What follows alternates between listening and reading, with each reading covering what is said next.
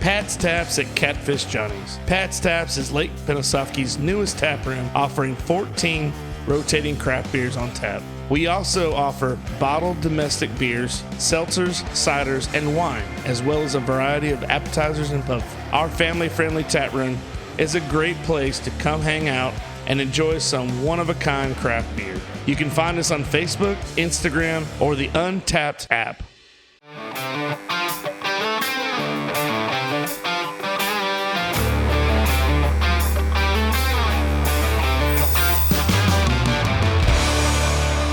All right, welcome back to another edition of the Goblay Show. I'm your host, Billy Goble, and today we have a special guest. He is a talented singer and songwriter, and I don't want to go too far into details, but without further ado, our guest today is Mr. John Johnson. John, welcome to the show, buddy. Thank you, buddy. It's good to be here. How you doing? Man, I'm doing great. Great new year. Everything's good. Good? So I got no complaints. You ready for 2025? Yeah, it's going to be busy. It's already busy and going to stay busy, so that's a good thing. You got a lot of gigs. Miss Beverly keeping you busy? She did. That's the best way to put it. Yeah, I do, and I tried last year in 2024 to cut back a little bit. Not for any particular reason. I just had done around 250 something dates. Right. In 23. Oh, wow. And I wanted it to be about 190. Yeah. And it wound up being about 200 and something again in 2024. So January is always kind of slow, so I didn't really push to make it any busier than it naturally is. I forget how many I've even got in January, how many dates I've got booked, but it's enough. And then I'm booked. I've got some stuff booked throughout the whole year, but the first half of the year pretty good, and I've got some spots I could fill. Yeah, but yeah, she's she hasn't complained yet. Is it hard to find places that you can go and perform at? I mean, like, and not like, we know that you do a lot of these different places that are like, your smaller venues, but yeah. but they add up. They do, and I'm very fortunate that I have a great group of venues that I play that book me once a month. Gotcha. And one or two that do me twice a month. They'll have me twice a month, and that's good, and that's kind of enough for every place. Yep. You wear yourself out on the Right. staff, the customers, the whole 9 yards. So, but several of mine got a hold of me back in July, right, and booked me for all of 2025. Ooh. So that was, when I had 3 of those at 12 a year, all of a sudden, then it doesn't seem like a lot, but there's 35 or 40 shows. Yeah. Right. And then that just starts to snowball. Right. And that's good. And then I do a lot of private events, a lot of house parties, corporate events, civic club events, things like that. And those kind of filter in all year. But I've got 1 or 2 of those. Like I've got one that's booked in May that I've had on the book since October. Yeah. I did one for him with a friend of mine, J.R. Wright, and that was in October, and the next day or two they booked one for May, the same people. Oh, wow. At their house. Right. And I love doing those because they're real intimate. They're real, they're small, and they're just kind of neat to do. They're different than a regular show. But it's not hard to find them.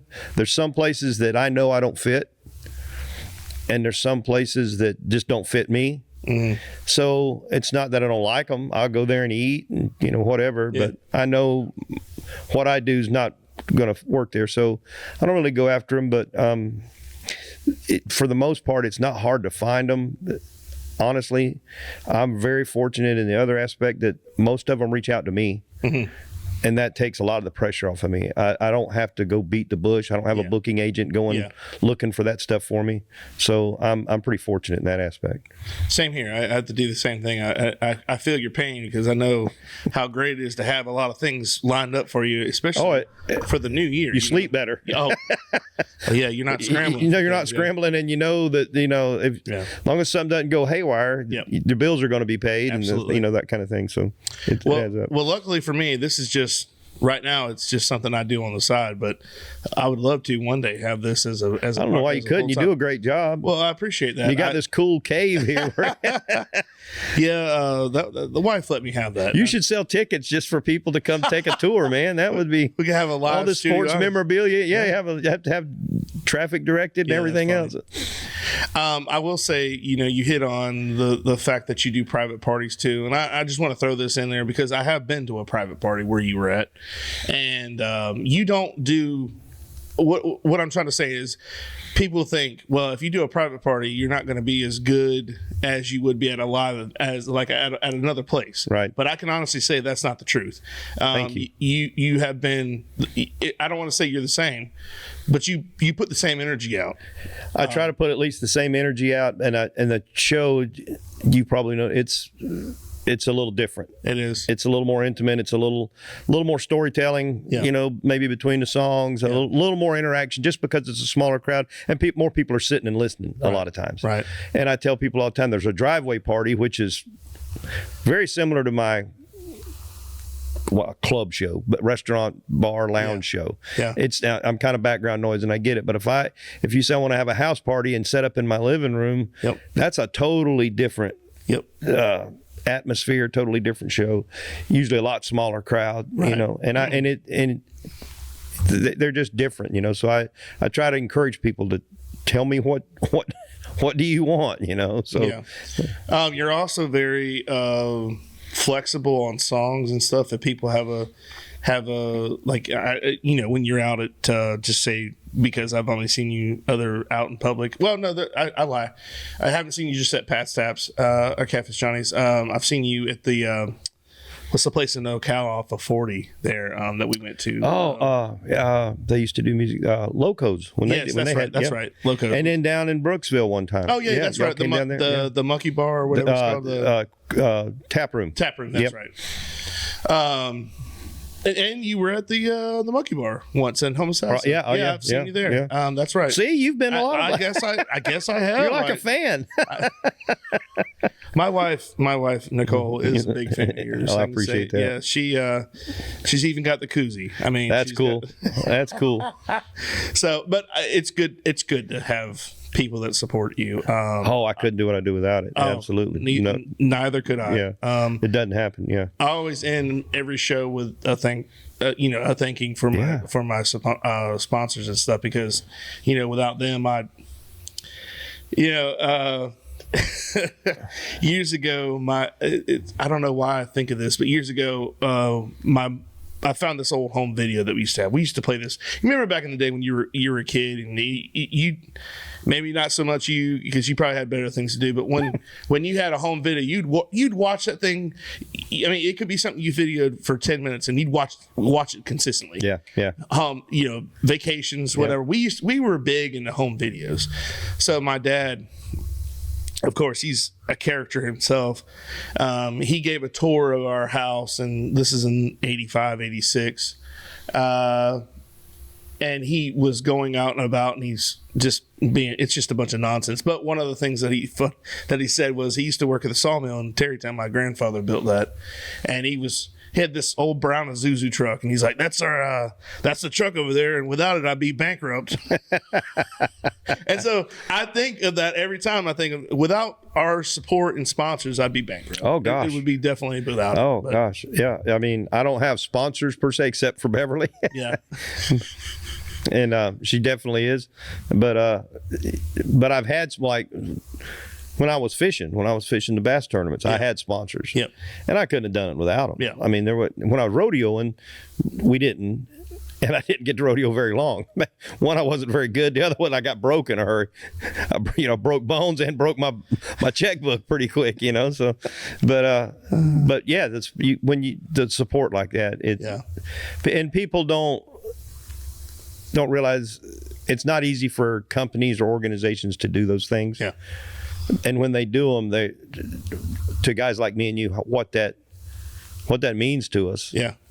I mean, we can say thank you. Absolutely. And we can go and do a little extra for something for those people. But at the end of the day, when we put our head on the pillow, we think, man, that's they don't have to do that, but I'm sure glad they did. Yeah. You know, I think it's very, very, very crucial for someone to grow in their field or their dream with that support. I think, you know, you get a little bit of a fan base, and it's so awesome to see.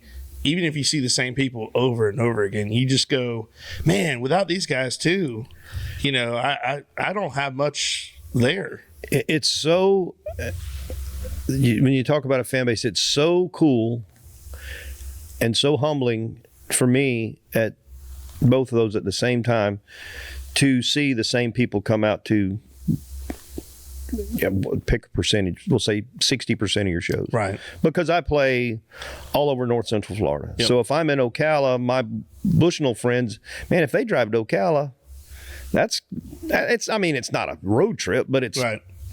It's a little bit of a haul. Yeah. There's other places they could go eat and hear live music. Yeah. You know, and vice versa. My Ocala friends come to Lake Panasoffkee, you know, or the Villages or wherever.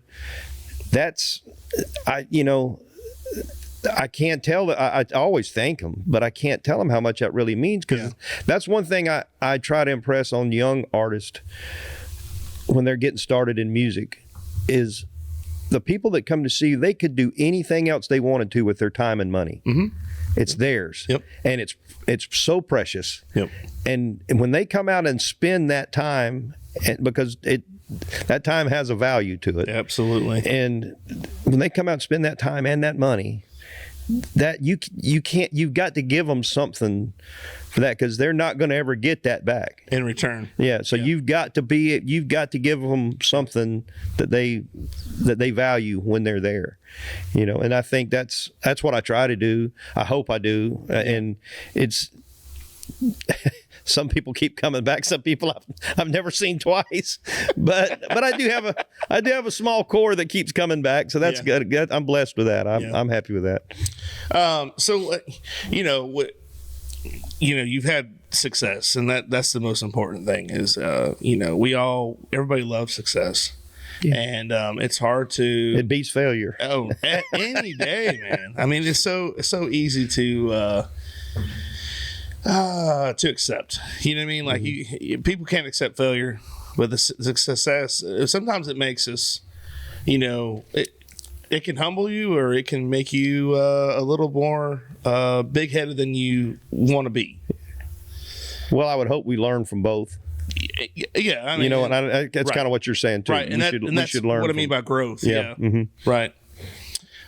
So what I do is, during a podcast, and really, there's no set or whatever. You can see I have no papers out. I have no questions pre-planned. But what I like to do is we want to talk about John Johnson. And there's a lot of people that will watch this eventually, and they don't know you. So what my goal for every podcast that I have, and whoever sits in this couch across from me, I always want to highlight this person so people can go, you know what, I've never really seen him play or been to a place where he's been, but I know about this person, or vice versa, whatever, they played sports or whatever. So we're gonna go back. Like, where are you from? Like, we're gonna go way back. Like, I mean, you ain't kidding way back, because I'm old.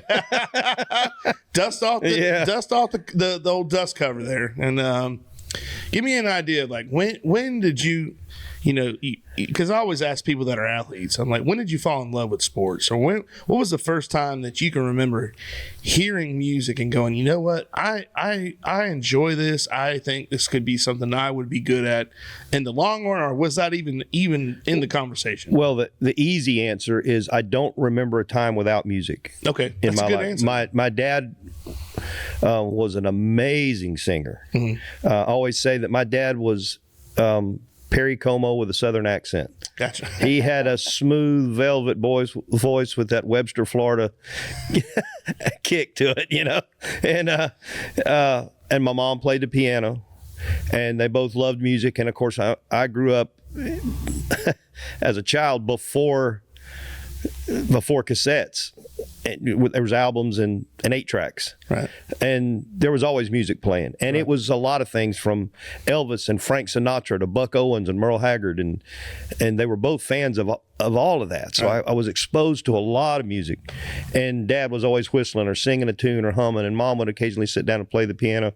And I couldn't play the piano. And my dad showed me a few chords on a guitar. I played in a little guitar group in elementary school when we lived in the Orlando area with my dad's job, and did a little bit of that. I took guitar lessons twice, and my guitar teacher quit and moved out of state. True story. And that's why I'm not a better guitar player than I am today. And self-taught. Yeah. But there was always music around, and I think every little kid wants to be. Whether you're an athlete or whatever the little kid really aspires, there's some point in their life they think about it'd be cool to be a rock star. Yeah. It'd be cool to be on stage. Oh, yeah. Because you think it's all about girls and money. Yep. And it's not. It's about money going away. And a lot of my friends have seen girls go away. I've been lucky to hang on to mine. But so there was always kind of that. And then I got into it more in the sense that I'm in it now when I was in college.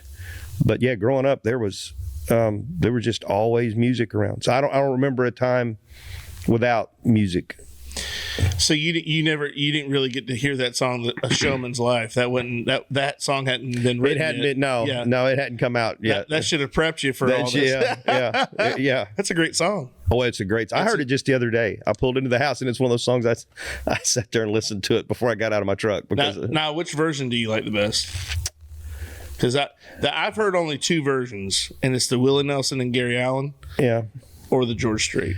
I love Willie Nelson and Gary Allen. I don't think either one of them can really do anything musically wrong, but I was a George Strait fan since the very first time I ever heard him, back when I was a teenager. Yeah. And I would have to probably pick his just because it's George. Gotcha. Not that necessarily his is better. Right. It's just kind of. Well, do you know who actually wrote the song? I don't. Okay, because I don't know either. I don't know. I mean, I could probably look it up. That would be easy to look up. Yeah, but I don't know who. Because I didn't even know George Strait. A funny story about that. I didn't know. I only heard the Gary Allen and Willie Nelson version, and then I was out and about, and we had this old barn behind my grandfather's house, and working on something in the barn, and I'm playing. I think I had Pandora at the time, and all of a sudden, that version came on, and I go, "What? What is this?" I know the song, but I didn't know he did it. So then you get another, just like what's the other song that I try to? It's the one with Tim McGraw and Sammy Kershaw sing. Oh man, I can't remember the name of the song, but there's two different versions of it. Oh, and they both put their own little flair. Oh, they all have their on it. We call it their interpretation of it. Yeah, right. And a lot of times when I do a song that if I've heard it for years and years and years, I'll probably mine is closer to the writer's version, right? Because that's usually the one I heard first, right? And it's usually the one I'm the most familiar with, and. Not always, but I mean, especially if it's an independent artist that wrote it, "Cover Me Up" was a huge Morgan Wallen. Right. Well, Jason Isbell wrote that song before Morgan Wallen could drive. Yeah. Before he had a driver's license. I don't know how long I've been doing that song. And all of us in the area, we've been doing that song. My buddy JT Curtis, he's been doing it for years, and I've been doing it for years. So now I always introduce it as the Jason Isbell's. I've had people argue with me. Yeah. "Oh, it's Morgan Wallen." I said, "No, he had a hit with it." But I promise you. Well, I think I even requested this song one time, and I said Morgan Wallen, and you're like, I probably did. And you're like, no. Yep. And I'm like, oh, my bad, dude. Yeah. That's the only one I've heard. Yeah. Well, he's the mainstream radio star. Okay, God. Yeah. And as big a following as the writer Jason Isbell has, he doesn't aspire to necessarily be on mainstream radio. So you may, unless you search for those people, they're not out there, like that. That's like I heard a version of "You and Tequila" instead of what is it, Kenny Chesney and the other girl, the girl that he always sings with. I know there's going to be a test, so I don't have the name right. Number 2 pencil. Yeah. But Dina Carter Dina Carter does a version of it, and I was like, oh, it's just different. Like I always say, turn the page. Everybody's like Seeger, and I'm like, I like Metallica's version. Yeah, and listen, growing up, I was not I didn't really care for Metallica. Right. I thought it was like, it just wasn't my style. I was a country music guy. I remember getting into an argument with this kid in 7th grade. He was, all about rap. Now today I like all kinds of music. Right. I love, you can, if I were to play, that's why I've named that tune up at Pat's Tap. So like, where in the hell do you get these songs from? My dad's like yelling out 60s, play 60s music. I was there one night. He did do that. I said, Dad, I'm working on it. I got a few of them, but I can't do all 60s. People they're gonna leave, But I got into this argument with this kid because he's like, yeah, rap's the best. I'm like, no, it's not. Country music is best. It's just middle school banter.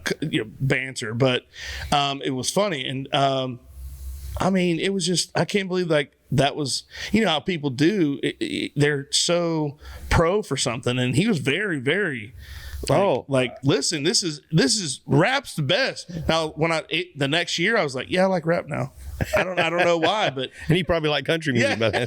We would switch roles. Yeah, and I get that. People say, well, I had somebody ask me the other day. I was playing. They said, do you do any Tedeschi Trucks music? I said, no, because simply I can't sing like Susan. She's way better than me, and I certainly can't play slide guitar like Derek Rux. So for me to sit here with an acoustic guitar and I'm not even, I had a guy ask me one time if I did any Celine Dion. And I love Celine Dion. She's amazingly talented. But do I look like? You've seen me on stage. I can see you going, my heart will go on. I know. Can you? I was going to learn some Celine Dion, but I decided to learn an Adele song instead. Wow. So wow. Every now and then I'll throw them a curve, though. I'll throw, something they don't expect at them. But it's neither one of those. You're like, I'm going with Sheryl Crow. Yeah. Yeah. So moving on. You started, like you said, you can't remember a time where there wasn't music playing. So and your guitar teacher, he left. He booked it to Ohio or somewhere.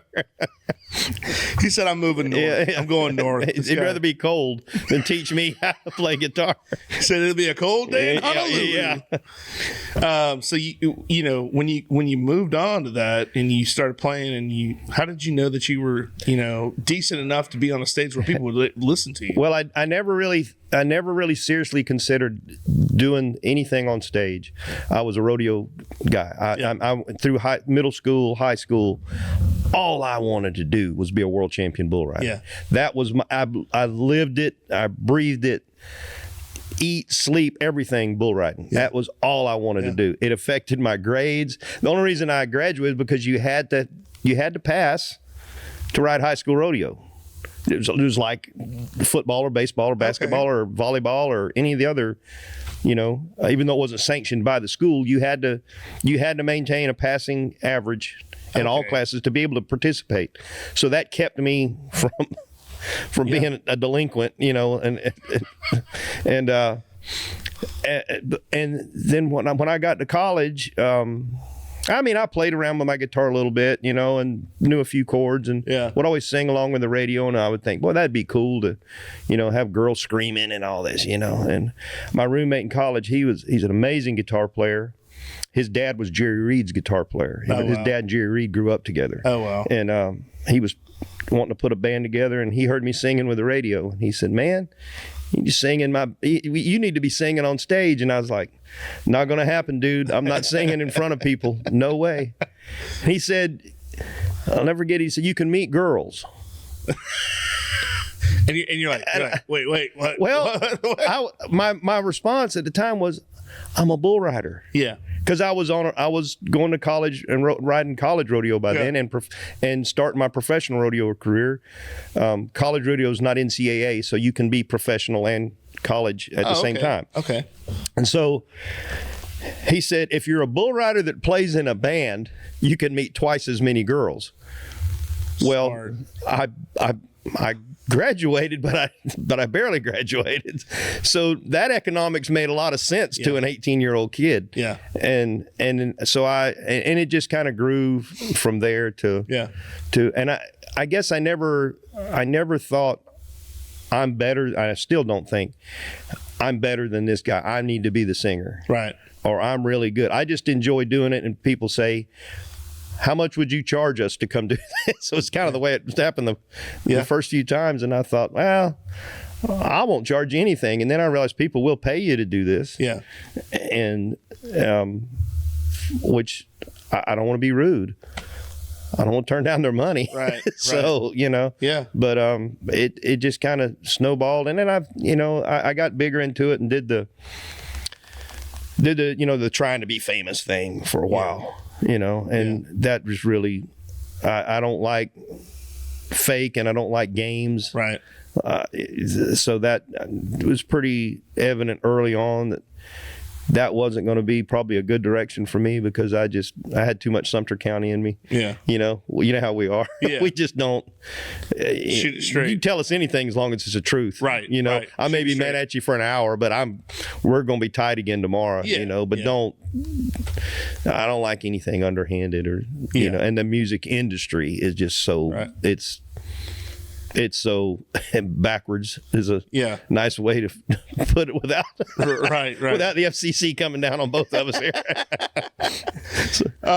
So we'll switch it up for real quick, because I'm curious about the road. I knew you did. I knew you were you rode bulls.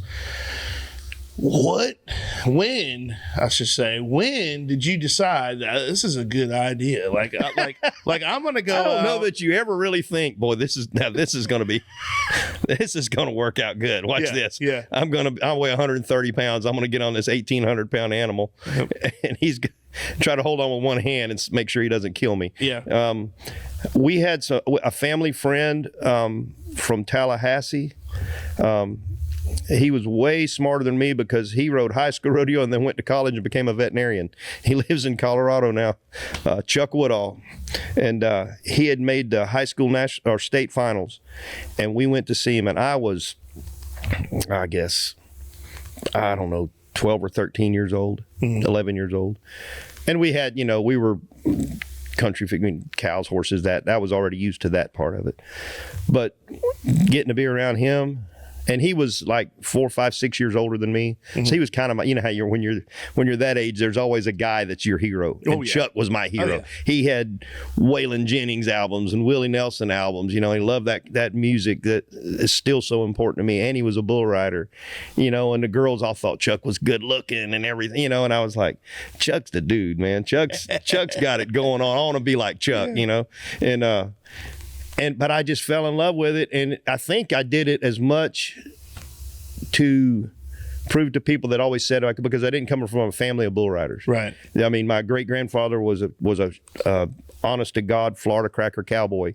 He ran the Carruthers Ranch in Webster till the day he died.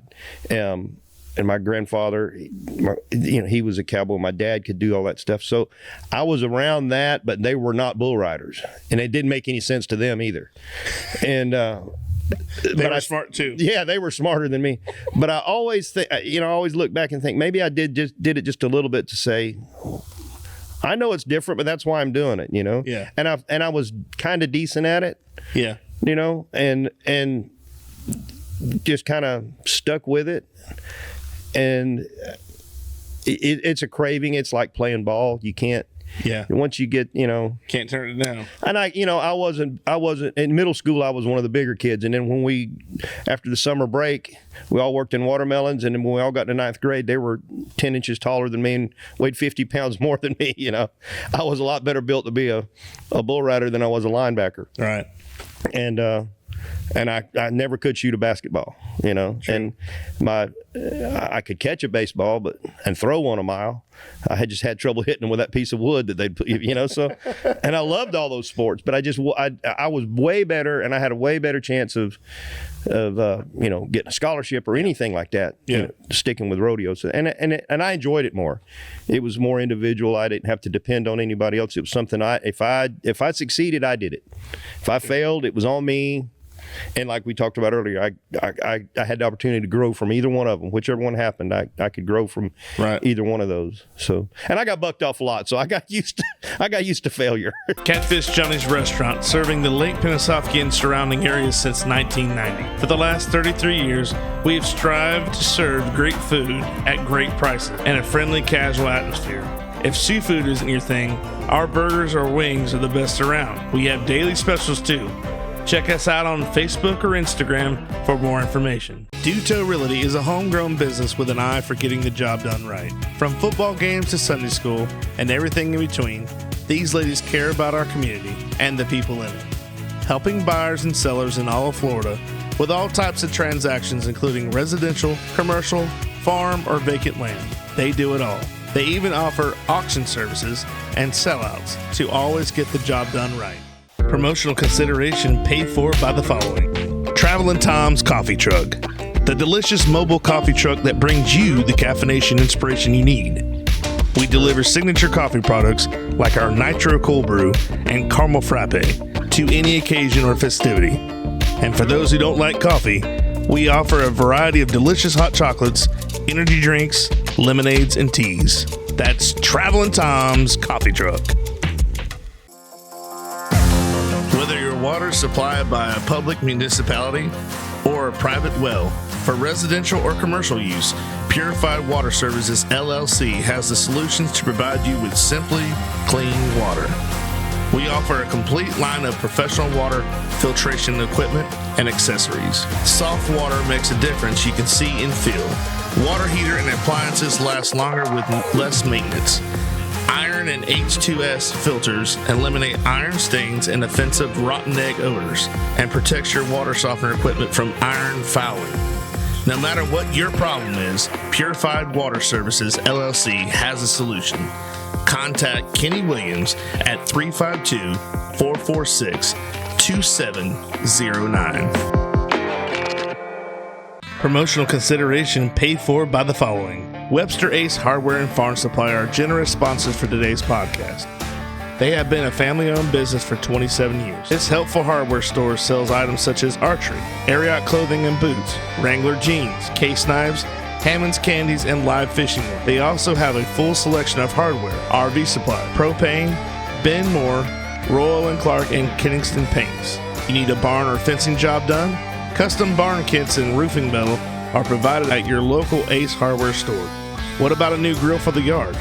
Traeger, Big Green Egg, Weber, and Blackstone are found here, along with all the accessories to go with them. Stock up your workshop with DeWalt, Milwaukee, or Craftsman tools. They got you covered.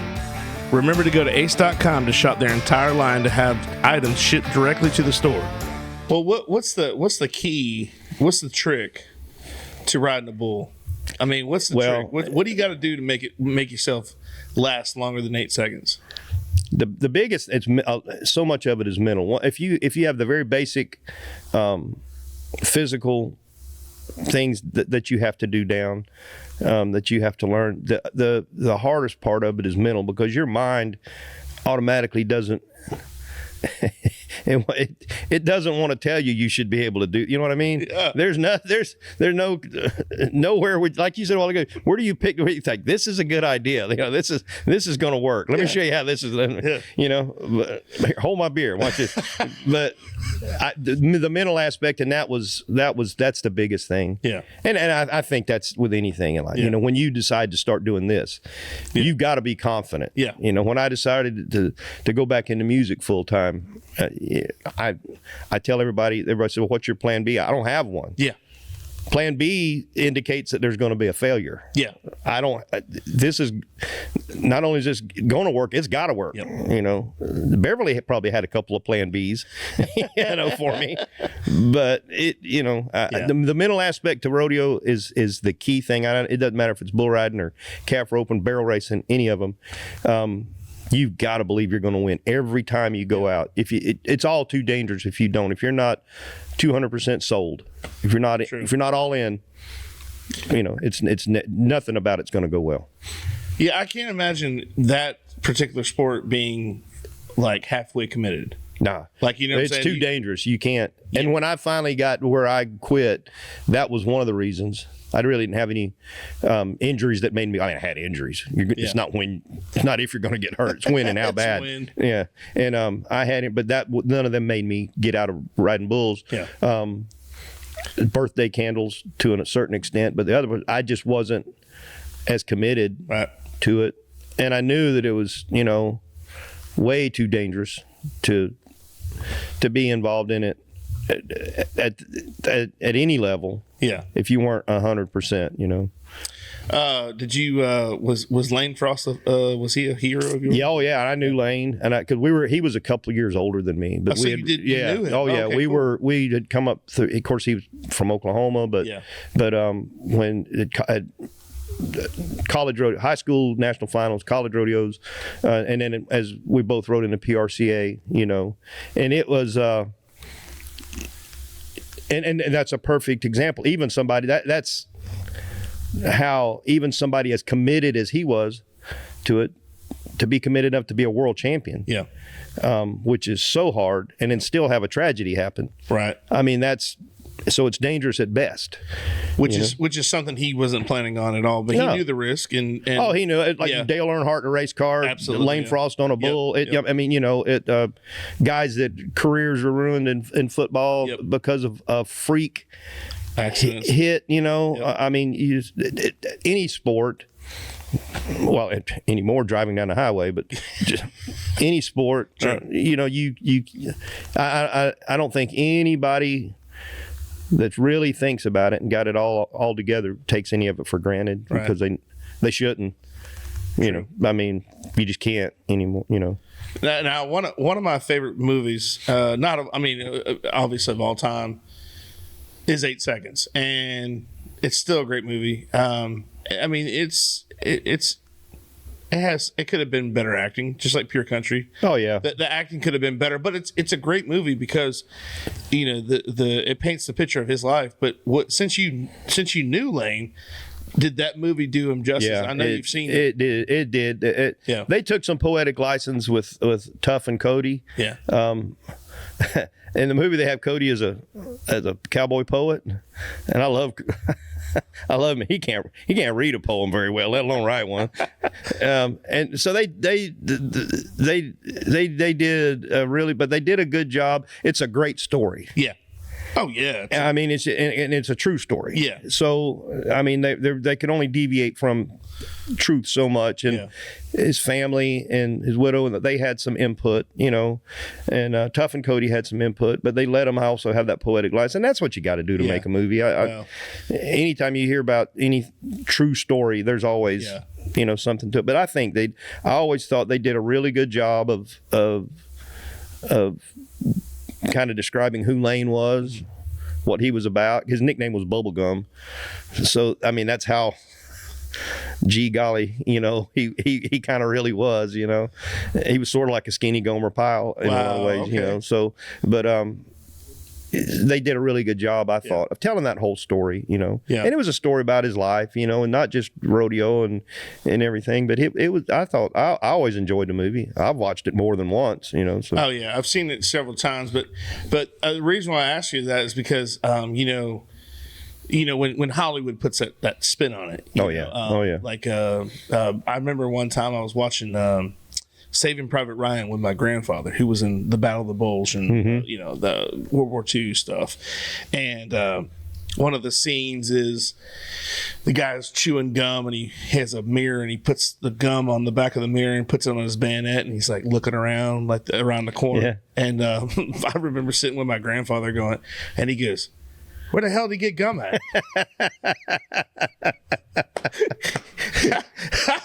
Yeah. I said, he goes, "That Hollywood, I tell you what." I know. Well, and it's like when you watch shows on TV, you see, we were watching one the other night, and it was the detectives, and they called the SWAT team, And then the detectives led the SWAT team in. The SWAT team's wearing, they're SWAT. If they're wearing a helmet, somebody's giving me a helmet. Yeah, exactly. But the detectives go in with a bulletproof vest and their tie. And if guys in helmets show up, I'm letting them go first. There's no way.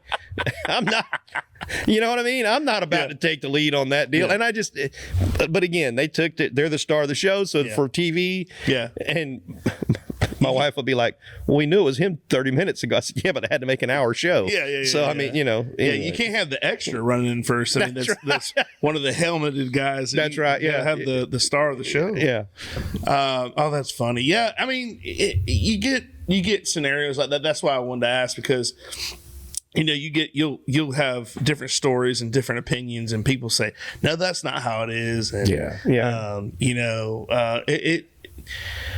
you'll hear things about different people, celebrities, musicians, sports, whatever have you. And it's a lot of hearsay until you actually ask that person, or you knew this person, then you knew what was really going on. But I'm just glad it wasn't. Well, what's the old saying? You never want to meet your heroes. Yeah, that's true. And some of that's true to a point. Yeah. I've been real fortunate in a lot of different careers to get to meet people that I really looked up to, especially in the fishing industry, because I just followed that for so long, and then got to meet guys like Larry Nixon and Roland Martin and Denny Brower and those guys, and they were legends in the bass fishing world, and find out what they're really like, and in the rodeo industry as well, and in the music industry, and a lot of times I'll bite my tongue. People say, "Oh, I love so and so," and I'm like, "Well, good. I'm glad you like that." I'm like, I hope you never have to meet them, because then you're gonna, because you don't want people to be disappointed, right? But they, right? Well, you don't want to kill their dream either. No, and I don't, and I just was raised, don't, if you can't say anything nice, just don't say anything at all. So I've met some people like that when I was working in Orlando at Disney. You would. You remember? This is funny. You remember Debbie Gibson? Oh yeah. Okay, so a friend of mine, her name is Cricket. Cricket is in the park, and she ends up meeting or seeing Debbie, and she goes, Debbie Gibson, and she's like, she walks up to her, she goes, Debbie, oh, I love your stuff. She goes, it's Deborah.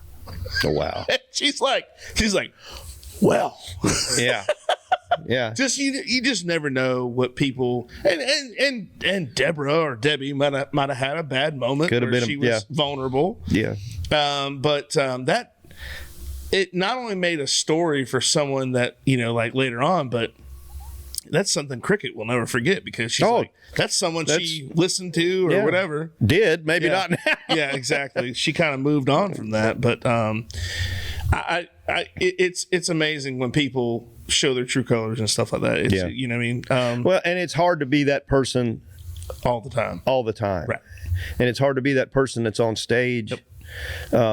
There's days that you've got me or whoever booked to come in here, and you're like, man, I don't want to do this today. I love what I do, but I don't want to do it today.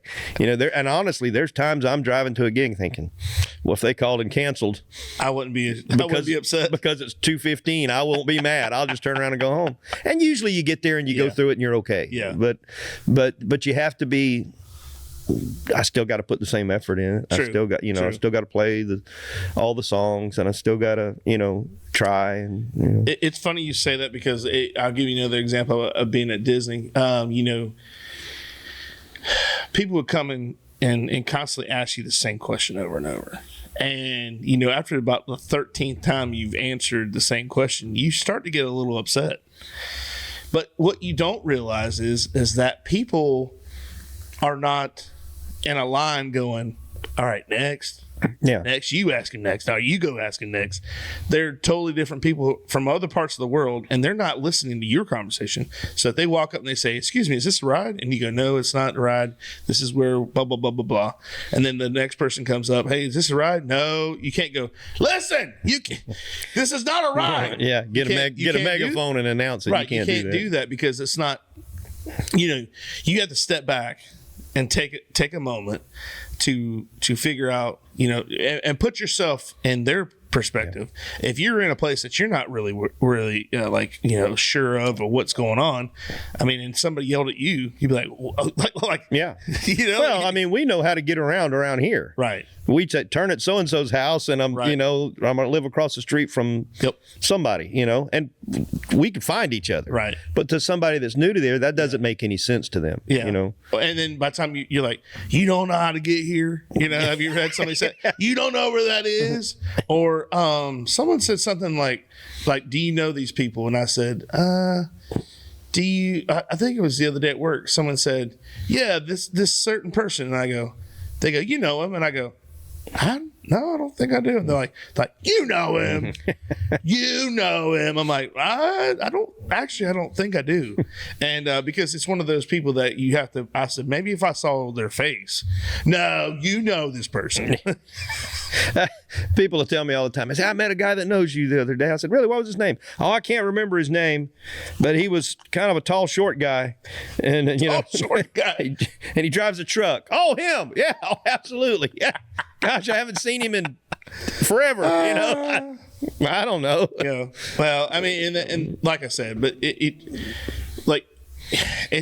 different. People are different, and you just have to realize that not everybody's the same. Well, and it's like when you're talking about at Disney, what they're not the only guest that you talk to that day. Right. Exactly. But you may be the only cast member they talk to. Yeah, exactly.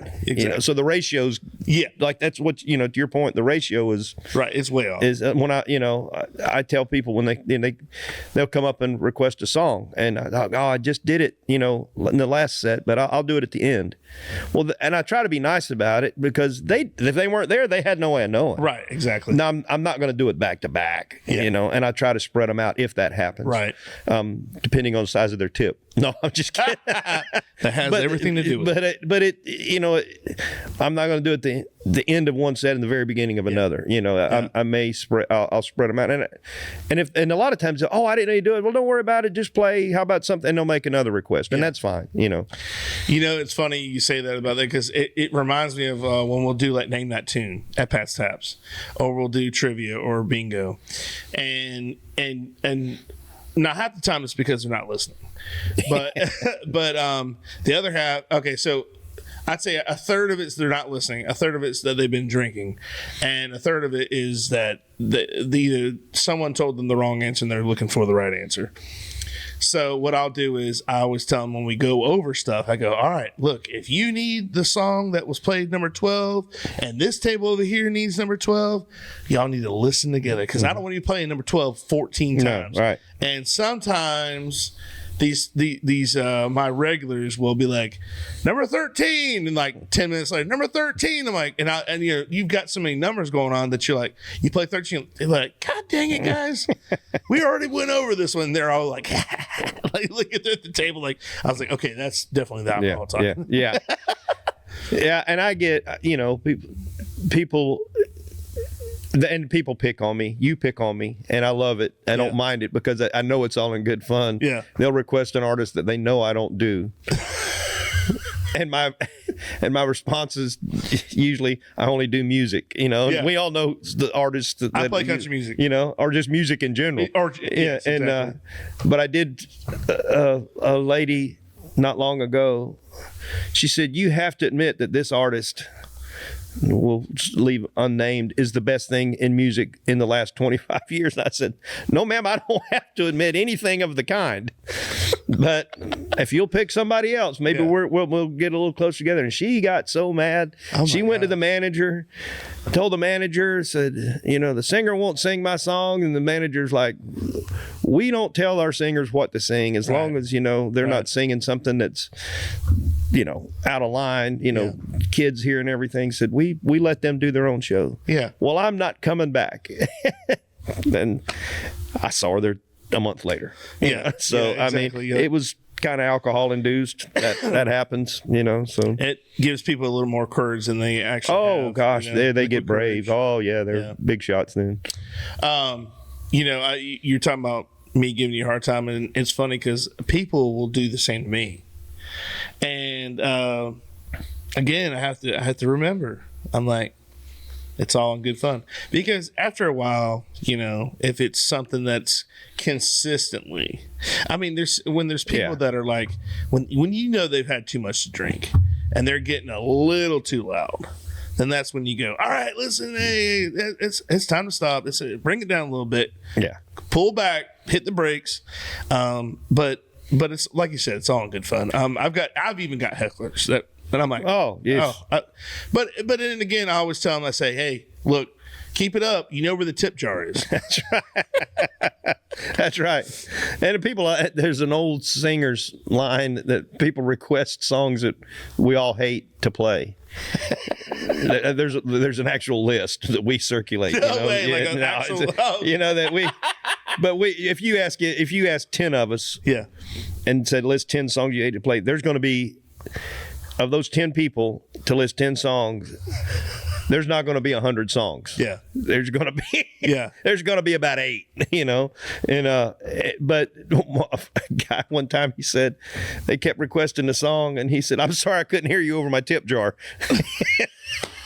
I thought that's funny. That's classic. That's funny. Yeah. But there's songs that I won't play even if I know them for, I won't say for no amount of money. But I've never been offered the amount of money that would make me play some songs, And in some songs I just don't do regularly. I can play them. I just don't do them regularly. When people ask for them, I'm more than happy to do them. Sometimes they've just worked their way out of the rotation. Right. I may forget half the words, but I'll try if it's one that I kind of halfway remember and like, So who are some, I'm going to ask you this. Who are some people that you emulate while you're on stage? Like, I mean, I know you do. I mean, you do really good Waylon Jennings. Oh, thank you. And I like Cody. Like, you do a lot of Cody Jinks, which is good. I really didn't know a lot about him until probably about, I don't know, the last 5 years. Yeah, and that's kind of when his rocket really started to take off. Yeah. And I like discovering new people. Don't get me wrong. Right. I like to. I'll go on. I have Amazon Music. I'll just go on and hit shuffle on. Like, I'll put one song in. Like, I'll put Luke Combs in, okay? And then, but I won't play his playlist or his set. It'd be just one random song, like Out Where the Wild Things Are, okay? Yep. When that's done, it'll go to somebody else. Like, it may go to Cody Jinks. Whoever they feel like is in that genre. Their algorithms try kind of form a playlist, and sometimes they're really good, and sometimes you're like, yeah. And it depends on who the artist is and how many numbers. If you go on Pandora and say John Johnson, it's probably not going to pull up one of my songs. There was a guy that played the lute. Okay. And it's going to start playing his. Doesn't sound anything like me. No. But his name's John Johnson. Oh, wow. I don't know how many John Johnsons that are singers. Wow. And guitar players and piano players, singers, comedians. There's a bunch of us. Yeah. None of us are famous, but we've all got the same name. Well, it's funny you say that about the names, because the first time I ever heard your name, I thought someone said Don Johnson. I was like, the Miami Vice guy? I get that a lot. I'm rolling up in the old, and with the suit. Yeah. Crockett. 3/4 sleeves. Yeah, Crockett and Tubbs. No socks, And, but yeah, oh gosh, people that Waylon, obviously, a huge Waylon fan since I was a kid. Haggard, Jinx of the newer artist. The newer artist is it gets harder. I'm pickier, and the guys that I like simply, they're just not on the mainstream radio. Yeah.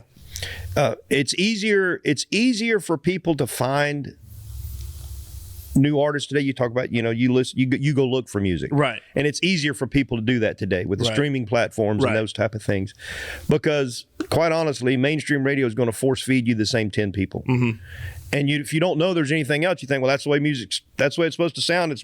They said it's good, so it must be. Right. And then you hear something else and you think, wow, who's this? I didn't know George Strait's got a new album out. Yep. Nobody knows about it if they only listen to mainstream radio. It's true. Because they won't play it anymore. It's really good stuff. Yep. They won't play. Jamie Johnson's got a new one out. Same thing. Now, if you've got satellite radio or you stream your music, right. you know, or however you get it that way, yeah, you'll hear it. It's out there. Yeah. And they're doing fine without being on the mainstream radio. Right. That's nobody owns them, you know. So. That's kind of gone the way of the wind. You know, you think about it. Even, you know, from you talk about mainstream media, even from television or radio. Oh yeah. People are going away from that because, you know, growing up, like I said, I listened to everything. But growing up when I was in high school, I remember I would listen to one of the stations I listened to was XL 106.7, and they played all the pop hit, like what was trending, right? But I can't tell you, it made me want to hate Country Grammar by Nelly so much because they played that song every hour. And then, okay, so how many, you break it down, you're going to get maybe, with commercial breaks, you're going to get maybe 10 songs in an hour. Yeah. Maybe. That's being generous. They played that song every hour, and it felt like they played it 3 times every hour.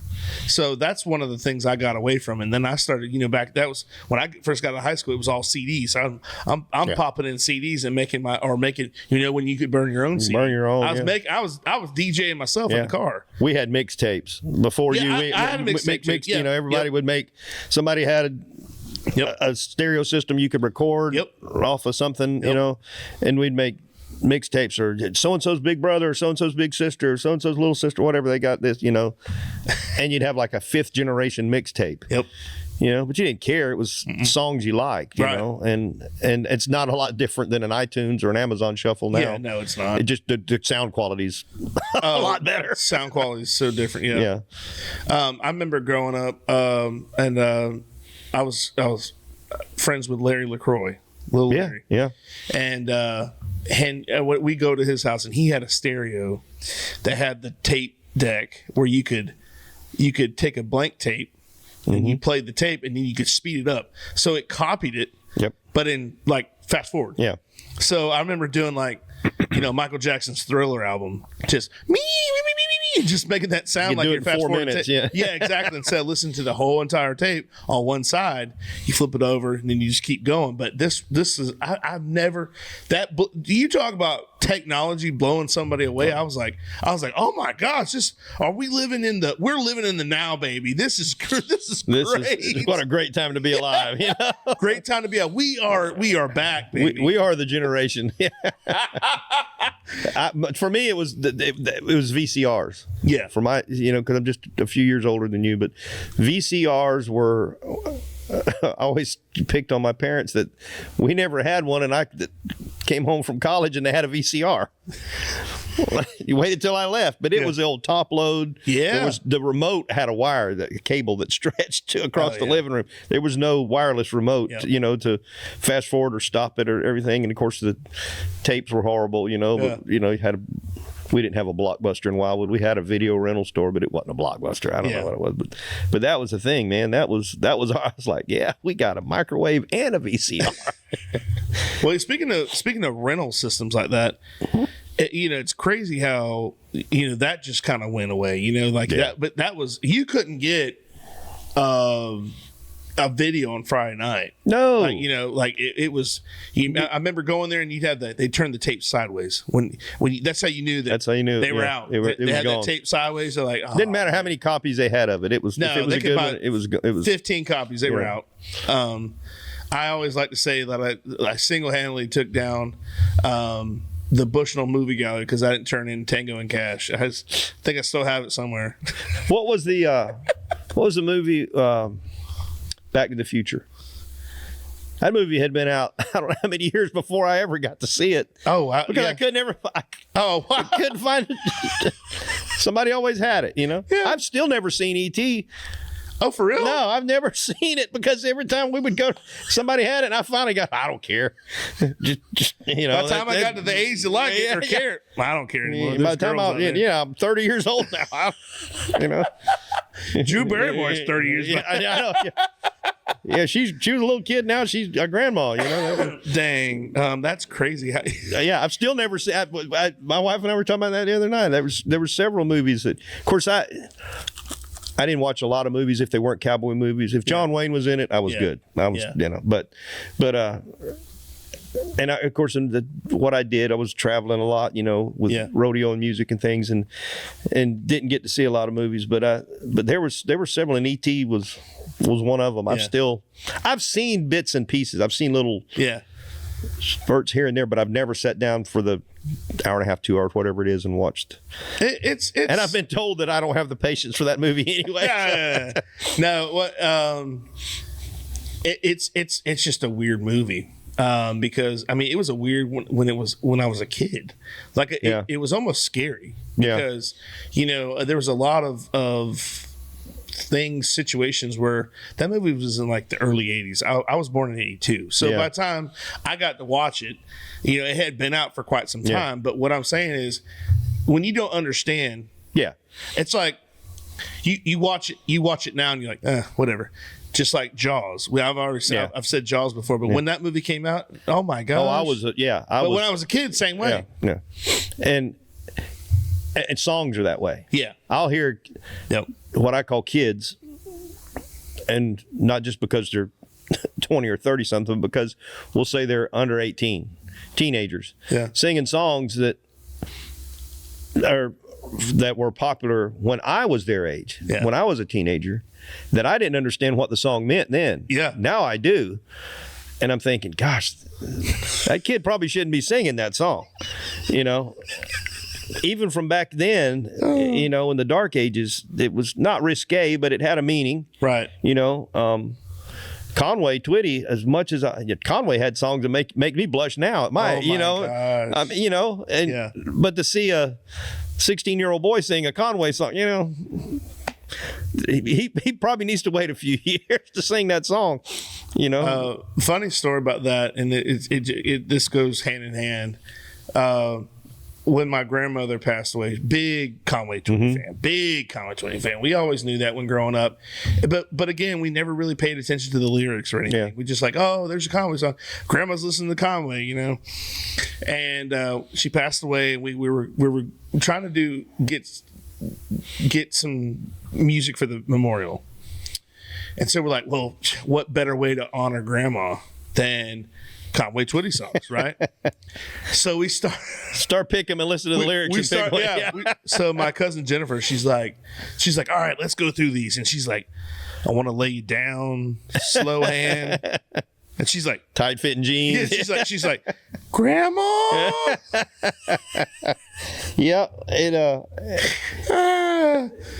It was hilarious. It was funny. Yeah. My grandmother, she loved, I don't know if you remember Anne Murray. Oh yeah. Anne Murray she was Canadian and a beautiful voice, and she sang backup on a lot of people, but she had her own career and amazing vocalist. But when cable TV finally kind of came out, started getting popular, and the Nashville network. Well, my grandmother she was dialed into the Ralph Emery show, buddy. I mean, she loved it. And Anne Murray came on there one time and had a denim skirt that fell somewhere just above her knees. And my grandmother she was no longer an Anne Murray fan. Oh wow! You could dress like that, wear that little short skirt, that like a hippie, or something, like she's from New York or somewhere, how you going to be a country artist and do that, and I, every now and then I think about that. And I thought, well, Granny, if she saw what they wear now, then wow, and in every genre, it doesn't matter, I never knew Anne, and my grandmother obviously never knew Anne, but. That just, to her, that was just, she was used to Loretta Lynn coming out in a ball gown, no matter what, know. And I used to tell her, I said, Loretta Lynn doesn't wear that ball gown around the house, probably, No. But it's funny but you get a perception in your head, like you said, of something, and that just did it for Granny. She did no more Anne Murray.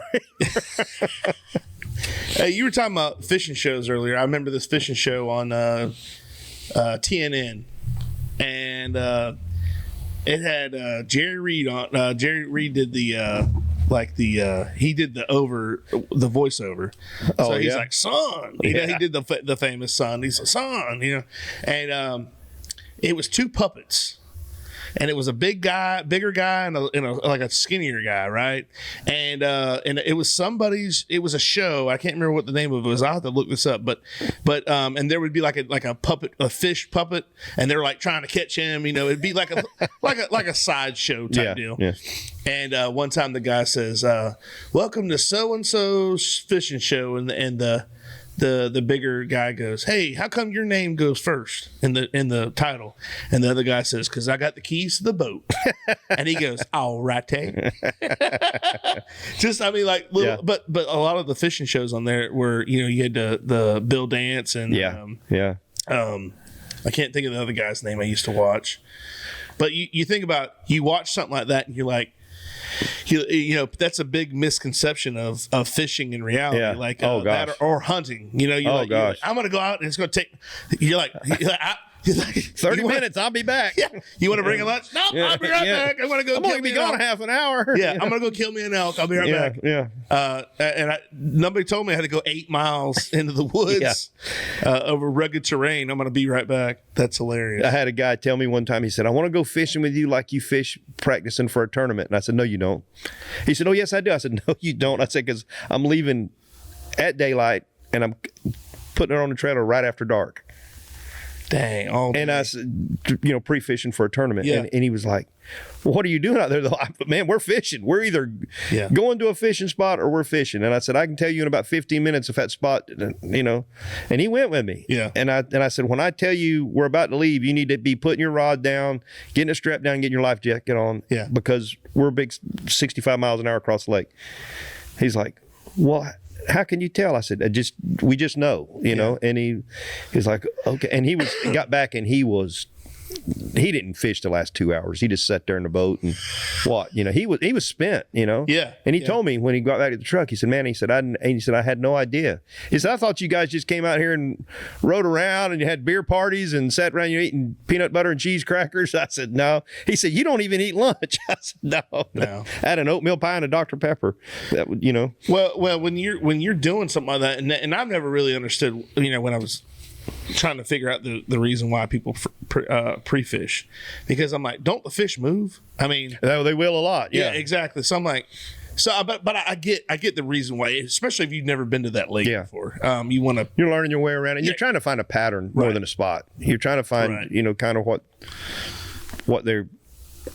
If you're potentially could do. Yeah, and if you really get it dialed in, what you find is what they're just barely starting to do and about to start to do for the next 3 or 4 days. Right. That's the guys that are winning. Yeah.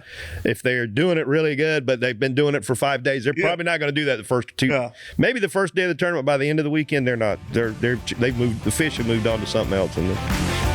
Thanks for watching this part 1 of a 3-part podcast. Stay tuned for part 2 and part 3 coming soon.